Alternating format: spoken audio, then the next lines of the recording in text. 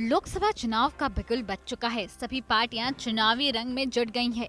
सभी पार्टियां धुआंधार रैली कर रही हैं। इसी बीच बिहार से एक बड़ी खबर निकल कर आ रही है।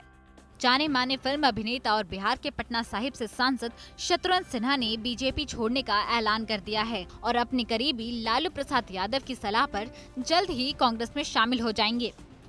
शत्रु ने अभी कांग्रेस की सदस्यता ली भी नहीं है, लेकिन पार्टी ने उन्हें अपने स्टार प्रचारकों की लिस्ट में शामिल कर लिया है। बिहार में लोकसभा चुनाव के लिए कांग्रेस के स्टार प्रचारकों की चुनाव आयोग को भेजी गई सूची में बीजेपी सांसद शत्रुघ्न सिन्हा का नाम भी शामिल है। हालांकि इस बार बीजेपी ने पटना साहिब से उनको अपना उम्मीदवार नहीं बनाया, लेकिन शत्रुघ्न सिन्हा ने अभी तक पार्टी से विधिवत नाता नहीं तोड़ा है। शत्रुघ्न सिन्हा के 6 अप्रैल को कांग्रेस की सदस्यता लेने की संभावनाएं हैं। कांग्रेस के 40 स्टार प्रचारकों की सूची में राहुल गांधी, सोनिया गांधी, प्रियंका गांधी वाड्रा के अलावा कीर्ति आजाद के नाम भी शामिल हैं। बीजेपी के बागी पटना साहिब से सांसद शत्रुघ्न सिन्हा अब कांग्रेस में 6 अप्रैल को शामिल होंगे। इससे पहले शत्रुघ्न सिन्हा 28 मार्च को ही कांग्रेस पार्टी में शामिल होने वाले थे, लेकिन महागठबंधन में सीटों का तालमेल नहीं बना था। इस वजह से शत्रुघ्न सिन्हा का कांग्रेस में शामिल होना और साथ ही साथ कांग्रेस की प्रेस वार्ता को भी टाल दिया गया था। जानकारी के अनुसार महागठबंधन में शामिल सबसे बड़ी पार्टी आरजेडी और कांग्रेस में कुछ सही नहीं चल रहा है। बिहार के डिप्टी सीएम सुशील कुमार मोदी ने पटना साहिब से कांग्रेस के संभावित उम्मीदवार शत्रुघ्न सिन्हा को स्टार प्रचारक बनाए जाने पर निशाना साधा है। मोदी ने कहा कि हमने तो पहले ही सलाह दी थी कि उम्र के इस पड़ाव में अपनी फजीहत मत कराइए। कितना स्टार जलवा दिखा पाएंगे? मैंने तो 5 दिन पहले ही कहा था कि उम्र के इस पड़ाव पर अपनी फजीहत मत कराइए, और हो गया।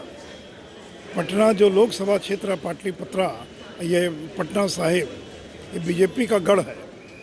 शत्रुघ्न सिन्हा तो छोड़िए, अगर जो अमेरिका के राष्ट्रपति ट्रंप भी आ जाएं तो भी जो बीजेपी को कोई वहाँ पर हरा नहीं सकता है। 5 हमारे एमएलए वहाँ पर हैं और एक विधानसभा में हम 30,000 40,000 की लीड हम देंगे। तो पटना साहिब सीट से तो हम प्रचंड बहुमत से हम देंगे।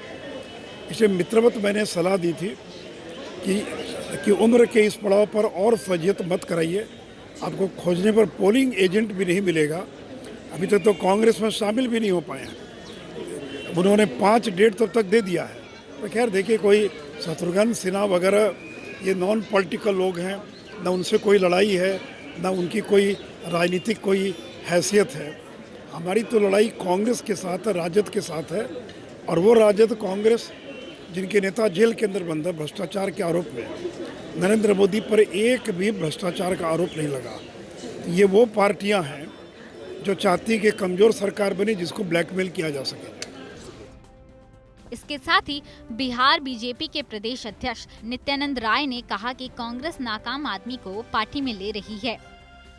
बिहार भाजपा में और बिहार एनडीए में सब कुछ ठीक ठाक है। अब शत्रुघ्न सिन्हा की कोई अहमियत नहीं रही। उनके जाने से कोई फर्क नहीं पड़ता है।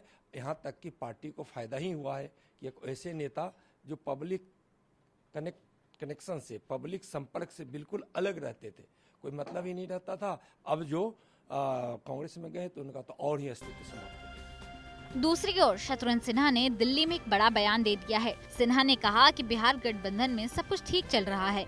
उन्होंने एक बार फिर दोहराया कि सिचुएशन कुछ भी हो, लोकेशन वही रहेगा। मेरी तरफ से सब कुछ ठीक है। अब आने वाली 6 तारीख को ही पता चलेगा कि सांसद शत्रुघ्न सिन्हा का नया घर कौन सी पार्टी होगी। राजेश कुमार झा के साथ बिहार तक।